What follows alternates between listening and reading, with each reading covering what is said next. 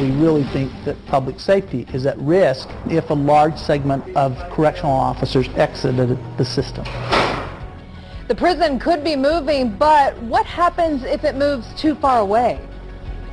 Good evening. Thanks so much for being with us for Utah's #1 10 o'clock news. For the very first time, some prison guards are speaking out against the relocation plan. Yeah, they're concerned there could be a mass exodus of experienced prison guards. Daniel Woodruff with the exclusive story for us tonight. And Daniel, what seems to be the big concern?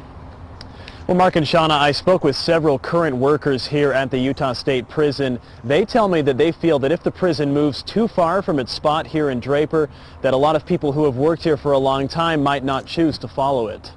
This is a guard at the Utah State Prison with almost 20 years of experience. 2 News agreed to conceal his identity so he could speak freely about his thoughts on the prison moving from Draper. There's a lot of anxiety. This guard doesn't speak for the entire Department of Corrections, only for himself. He says as he's watched the debate unfold about where to move the prison, one of the 3 possible sites is concerning. I think Tooele would cause the most stress for people. That's the site across from Miller Motor Sports Park.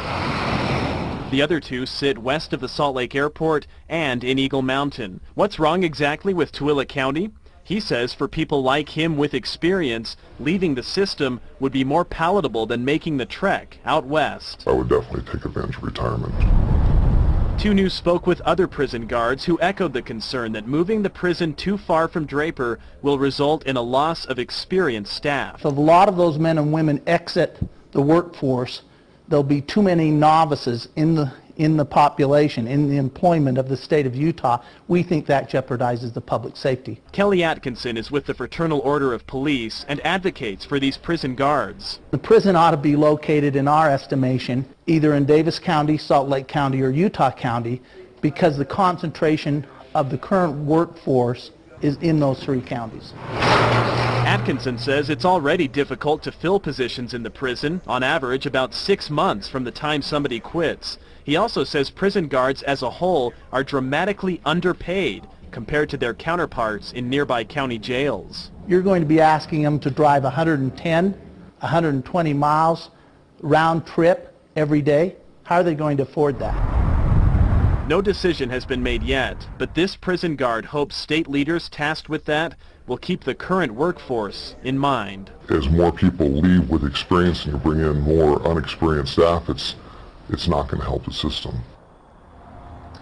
Now, I did reach out to the Department of Corrections, and a spokeswoman did release a statement in response to this story tonight about the employees here at the prison, saying, quote, "We hope they stay with us whenever or wherever the prison moves, but we do know that a move is likely to impact some of our employees, and they may have to make difficult decisions as a result." Now, that spokeswoman went on to say that the department's director here in the state has already started a process to try to make sure that whenever this transition takes place, that the prison will be staffed wherever it ends up. And it is worth noting, too, I reached out to the co-chair of the Prison Relocation Commission. He told me that he feels a lot of this concern may be premature, as a site has not even been selected at this point. Back to you, Shauna. All right, Daniel, thank you very much.